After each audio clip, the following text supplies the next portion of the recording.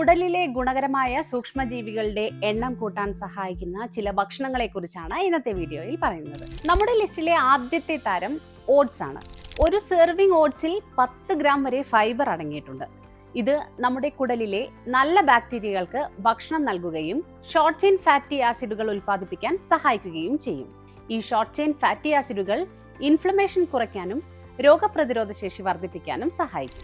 White ബ്രെഡിന് പകരം ഗോതമ്പ്, quinoa, ചാമ തുടങ്ങിയ ധാന്യങ്ങൾ ഉപയോഗിക്കുന്നത് നിങ്ങളുടെ കുടലിന് വളരെ നല്ലതാണ്. ഇവയിൽ പ്രീബയോട്ടിക് ഫൈബറുകൾ ധാരാളമായി അടങ്ങിയിട്ടുണ്ട്. ഇത് പ്രത്യേകിച്ചും ബിഫിഡോ ബാക്ടീരിയ എന്ന നല്ല ബാക്ടീരിയകളുടെ വളർച്ചയ്ക്ക് സഹായിക്കും. ഈ ബാക്ടീരിയകൾ കുടലിന്റെ ആരോഗ്യത്തിന് വളരെ പ്രധാനമാണ്.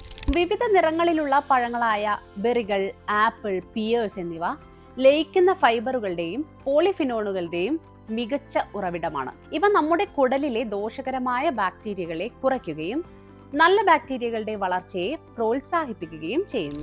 വെളുത്തുള്ളി, ഉള്ളി തുടങ്ങിയ പച്ചക്കറികളിൽ ഇൻസുലിൻ ഫൈബർ അടങ്ങിയിട്ടുണ്ട്. ഇത് നല്ല ബാക്ടീരിയകൾക്ക് മാത്രമായി ഭക്ഷണം നൽകുന്നു. അതുപോലെ ക്യാബേജ്, കോളിഫ്ലവർ തുടങ്ങിയ ക്രൂസിഫറസ് പച്ചക്കറികൾ ശരീരത്തിലെ ഇൻഫ്ലമേഷൻ കുറയ്ക്കാൻ സഹായിക്കുന്ന ഘടകങ്ങൾ അടങ്ങിയതാണ്. ചെറുപയർ, തുവരപ്പരിപ്പ് തുടങ്ങിയ പരിപ്പ് വർഗ്ഗങ്ങൾ പ്രോട്ടീന് മാത്രമല്ല ഫൈബറിന്റെയും മികച്ച ഉറവിടമാണ്. ഇവയിൽ റെസിസ്റ്റന്റ് സ്റ്റാർച്ച് അടങ്ങിയിട്ടുണ്ട്. ഇത് ദഹിക്കാതെ വൻകുടലിലെത്തുകയും അവിടെയുള്ള നല്ല ബാക്ടീരിയകൾക്ക് ഭക്ഷണം നൽകുകയും ചെയ്യുന്നു. അവസാനമായി നമ്മുടെ ലിസ്റ്റിൽ ഉൾപ്പെട്ടിരിക്കുന്നത് ചിയ സീഡുകളാണ്. ഇവ ഫൈബറുകളാൽ സമ്പുഷ്ടമാണ്. കൂടാതെ ഒമേഗ 3 ഫാറ്റി ആസിഡുകളുടെയും ഉറവിടമാണ്. ഇത് കുടലിലെ ഇൻഫ്ലമേഷൻ കുറയ്ക്കാനും നല്ല ബാക്ടീരിയകളുടെ വളർച്ചയെ പിന്തുണയ്ക്കാനും സഹായിക്കും.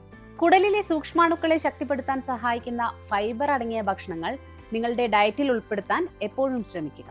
ഇത് നിങ്ങളുടെ മൊത്തത്തിലുള്ള ആരോഗ്യത്തിനും വളരെയധികം ഗുണം ചെയ്യും. ഹെൽത്ത് ആൻഡ് വെൽനസ് വിഷയങ്ങളിൽ നിങ്ങൾ അറിയാൻ ആഗ്രഹിക്കുന്ന വിശദാംശങ്ങൾക്കായി ഹാപ്പിയസ്റ്റ് ഹെൽത്ത് വെബ്സൈറ്റ് സന്ദർശിക്കുക.